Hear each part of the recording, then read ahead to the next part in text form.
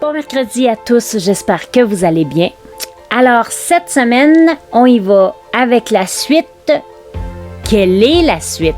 Dans Daniel chapitre 4, tout de suite après ceci.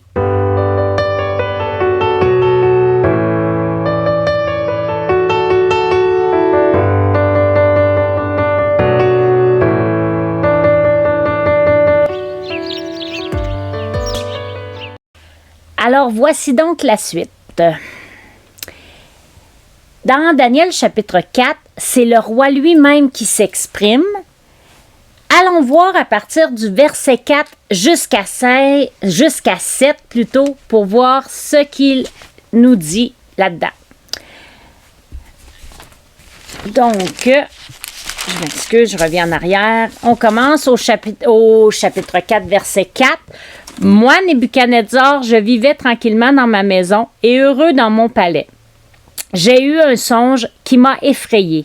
Les pensées dont j'étais poursuivi sur ma couche et les visions de mon esprit me remplissaient d'épouvante.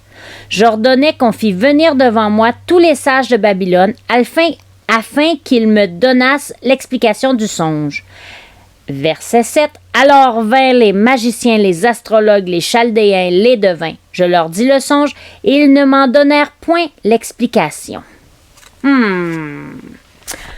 Alors, encore une fois, il a fait un songe. À la différence de celui du chapitre 2, c'est tout simplement que cette fois-ci, il savait ce qu'était le songe, mais il ne savait pas ce qu'il voulait dire. Et encore une fois, il demande à ses sages, ses magiciens, ses magistrats de lui expliquer. Et encore une fois, ils ne peuvent pas l'expliquer. Que va-t-il donc arriver? Est-ce que le roi va rester sans comprendre son rêve? Non. Il y a Daniel.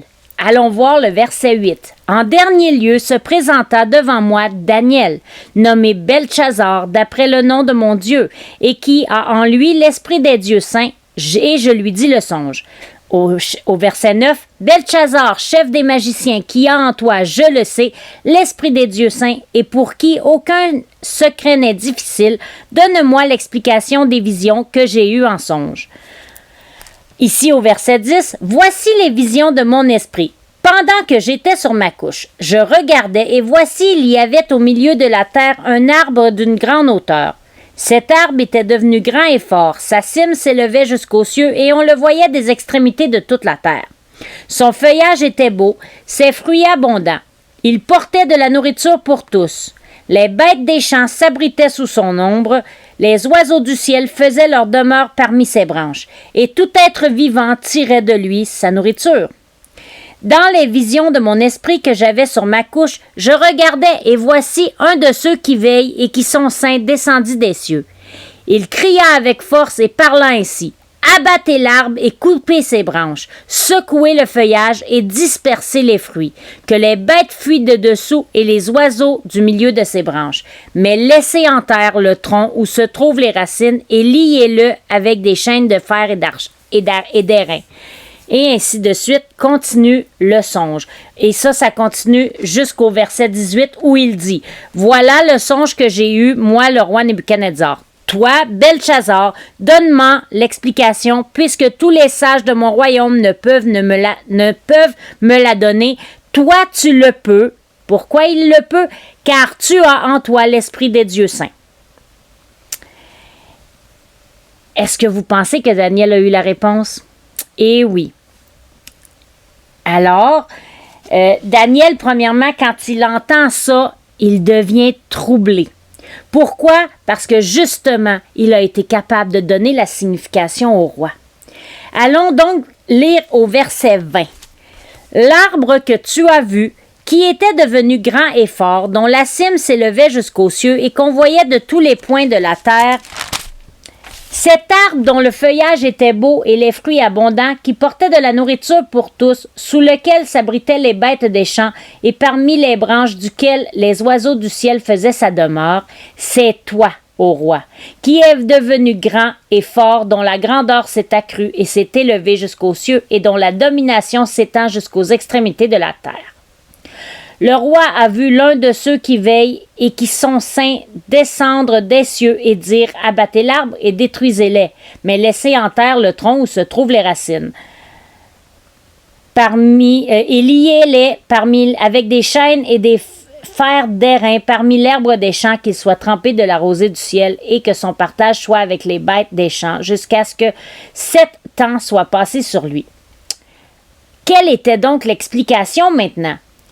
Voici le décret du Très-Haut qui s'accomplira sur mon Seigneur le roi. On te chassera du milieu des hommes et tu trouveras ta demeure parmi les bêtes. Et ça continue. Maintenant, on va s'arrêter au verset 27. C'est pourquoi, ô roi, puisse mon conseil te plaire. Mets un terme à tes péchés en pratiquant la justice et à tes iniquités en usant de compassion envers les malheureux et ton bonheur pourra se prolonger. Mais si on continue à lire l'histoire, le roi, il n'a pas suivi le conseil de Daniel.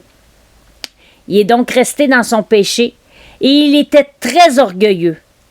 Ça a pris donc 12 mois plus tard et là, le rêve s'est réalisé. Que remarque-t-on ici? Le roi a eu 12 mois. 12 mois pour se repentir et pour changer, pour suivre le conseil de Daniel. Mais malgré ça, il ne l'a pas fait. Et donc, le songe est arrivé. Si on compare ça à aujourd'hui, combien de fois j'entends des gens dire « Si ton Dieu existerait, pourquoi il y aurait des guerres? Pourquoi il y aurait des famines? Pourquoi il y aurait des maladies? » Repensons à ça ici. Pourquoi le roi a dû être détrôné de son trône, a dû aller vivre avec les bêtes et être malade? Pourquoi? Tout simplement parce qu'il n'a pas suivi le conseil de Daniel.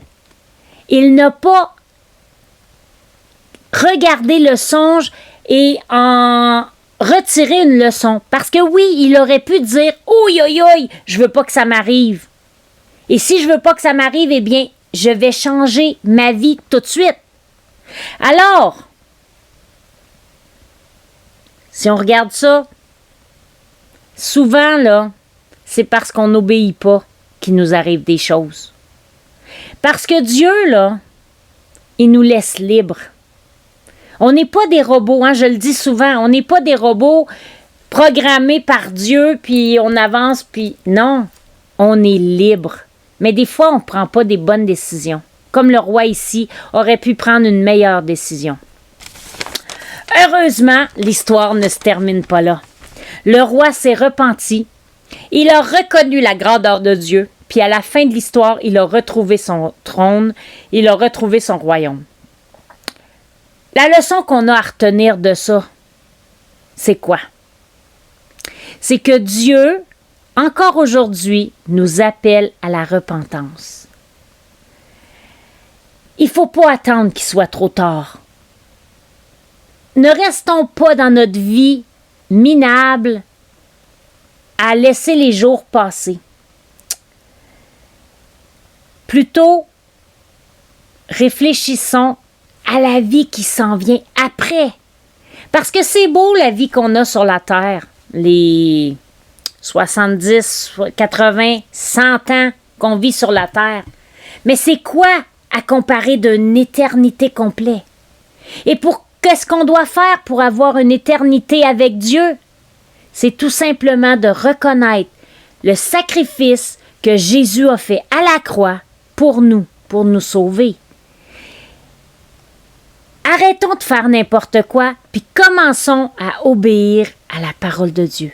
Commençons à laisser Dieu agir dans nos vies et laisser Dieu parler à nos vies. Parce que oui, Dieu a un plan merveilleux pour chacun de nous. Et il nous aime d'un si grand amour. Si tout le monde prenait le temps de penser au grand amour que Dieu a pour eux, eh bien, peut-être qu'il y en a qui s'éviteraient bien des problèmes.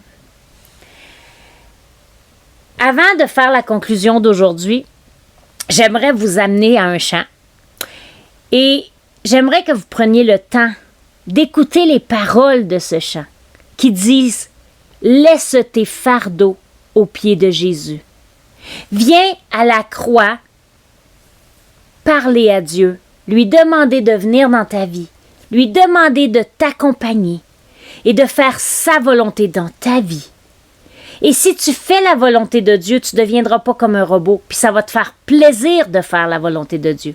Allons écouter ce chant qui dit « Laisse tes fardeaux aux pieds de ton Sauveur ». Et si c'est la première fois que tu es ici aujourd'hui, que tu entends cette vidéo et que tu aurais envie toi aussi de rentrer dans cette belle grande famille de Dieu, eh bien, je t'invite.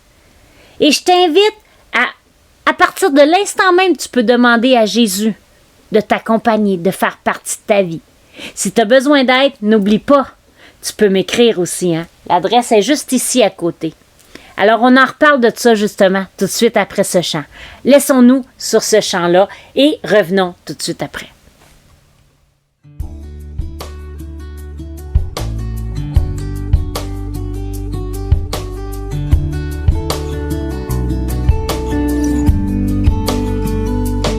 Si le monde te reprend et ton or et ton argent, si la pauvreté vient assombrir ton cœur,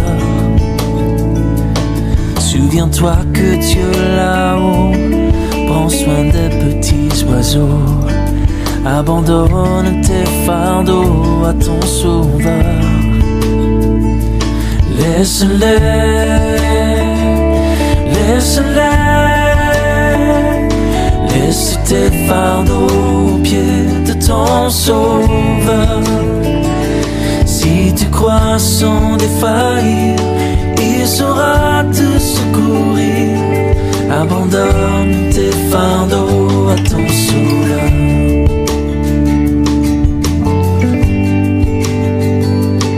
Si ton pauvre corps brisé a perdu force et santé, si tu pleures et tu frémis sous la douleur, Jésus sait, il veut bénir, Jésus sauve, il veut guérir. Abandonne tes fardeaux à ton Sauveur. Oui, laisse-les, laisse tes fardeaux aux pieds de ton Sauveur. Si tu crois sans défaillir, il saura te secourir. Abandonne tes fardeaux à ton Sauveur.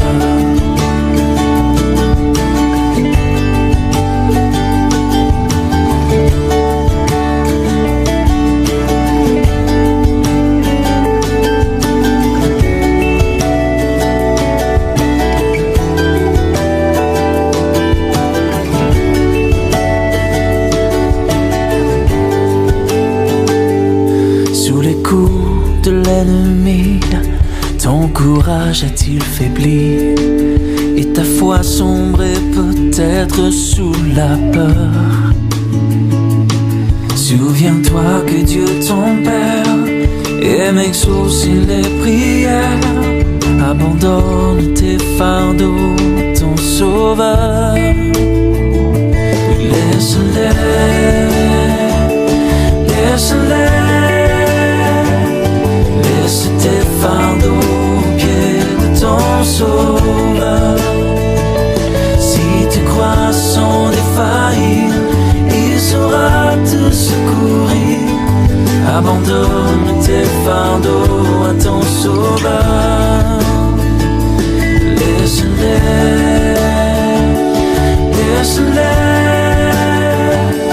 laisse tes fardeaux aux pieds de ton Sauveur.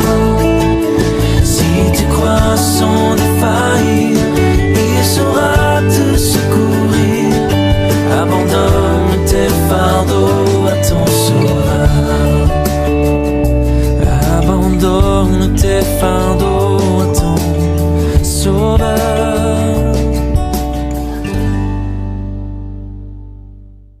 Alors oui, abandonnons nos fardeaux aux pieds de notre Sauveur. Prions ensemble.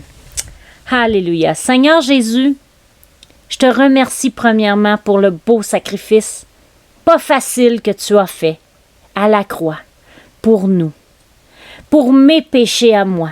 C'est moi qui méritais de mourir comme ça, mais c'est toi qui a fait ça à ma place. C'est moi qui méritais la mort parce qu'on a du péché dans nos vies, mais toi, Seigneur, tu as pris notre place et grâce à ça, aujourd'hui, je peux savoir que lors de ma mort, ce n'est pas la mort qui va venir, mais la vie après la mort. Parce que oui, je vais être avec toi pour l'éternité.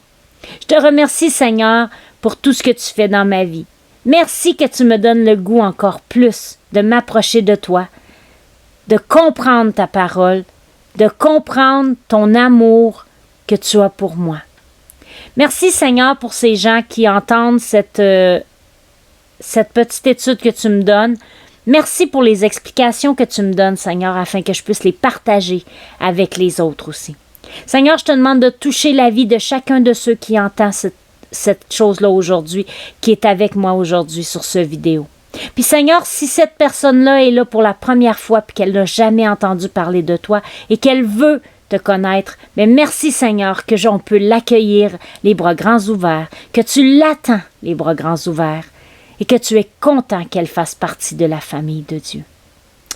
Seigneur, je te demande de nous donner un bon restant de semaine et aussi, Seigneur, du bon temps avec toi, dans ta parole, à apprendre encore plus de toi.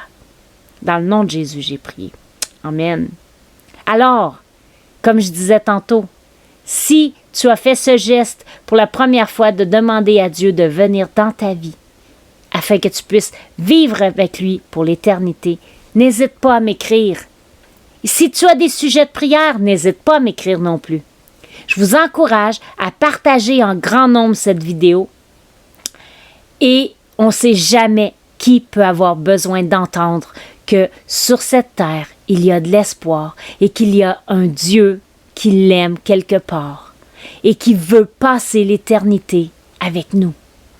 Alors, je vous dis bonne semaine, aimez en grand nombre, abonnez-vous à la chaîne si ce n'est pas déjà fait, partagez, je ne le dirai jamais assez, partagez autour de vous ce message. N'hésitez pas, car on ne sait jamais qui autour de nous a besoin d'entendre que Jésus l'aime. Passez une bonne semaine, que Dieu vous bénisse. Bye bye! Si le monde te reprend, et ton or et ton argent, si la pauvreté vient assombrir ton cœur, souviens-toi que Dieu là-haut prend soin des petits oiseaux. Abandonne tes fardeaux à ton sauveur.